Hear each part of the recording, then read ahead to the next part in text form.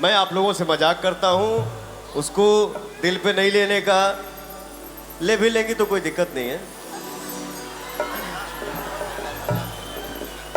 Love is serious.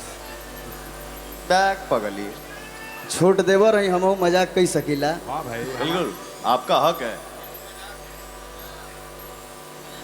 अरे तो पगला हम कौन सा सीरियस बोलते हैं, हम भी तो मजाक ही करते हैं। बस 2 तारीख को भैया हमारा ट्रेलर रिलीज होता। नवरात्रि के शुभ अवसर पे हमारी एक फिल्म आ रही है। आप सभी के दुआ, आप सभी के आशीर्वाद से, जिस फिल्म का नाम है हर हर गंगे।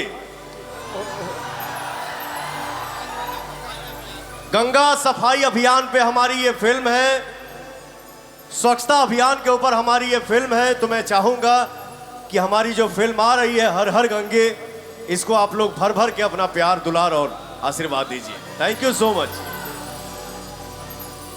ये मुहवा ओढ़नी से बांध के ना है जाना चीन्हे में देर हो जाएगी ना। तो ये बहुत पुरान हो गए रे पगला, इसका लिस्ट है नहीं मेरे पास। मुहवा ओढ़नी से बांध के ना कि बॉडी मन करता रानी करे के भेंट कि ओह कॉलेज सबे कि तोहर करब हम बेट।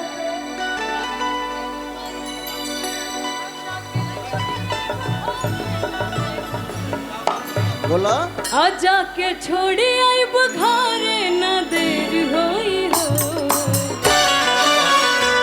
हेलो, तू हमके छोड़े जाइबू? हम तो आके छोड़े जाएंगे। पता चली खुदे छूट जाई मेरे पगली। जाके छोड़े आइब घरे ना कुबेर होई हो। मुहवा ओढ़नी से बांध के ना आई हो, ये जान ना तो चिन्हे में देर होई हो। मुहवा ओढ़नी से बांध के ना आई हो, ये जान ना तो चिन्हे में देर होई हो।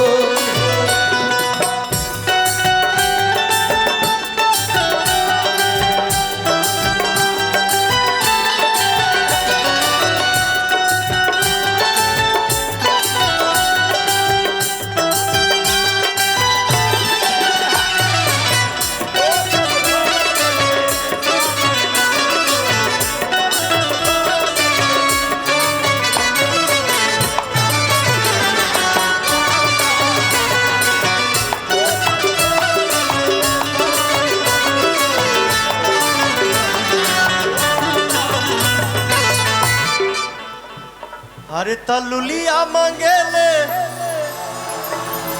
लुलिया का मांगेले। बारे भाई जियो।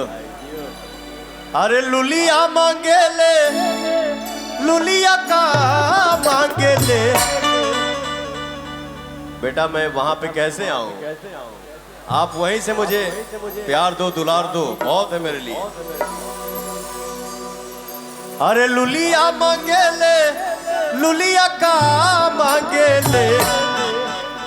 काहे तारा कुल पर चढ़ के देवाल भागेले। तो काहे तोरा कुल पर चढ़ के दरार फाड़ेले। लुलिया मांगेले, लुलिया का मांगेले। लुलिया मांगेले, लुलिया का मांगेले। लुलिया लुलिया पवन सिंह जैसा।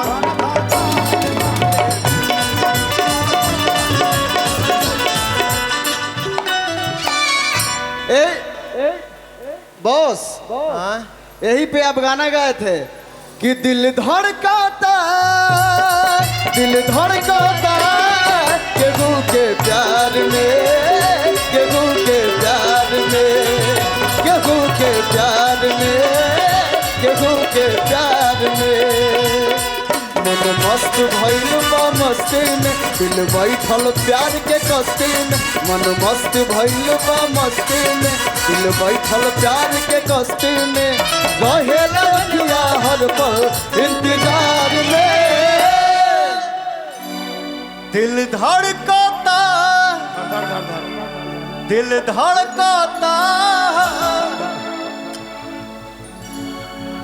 धर धर धर धर। सोना के प्यार में, डिम्पल के प्यार में। ए सुन, ये क्या है?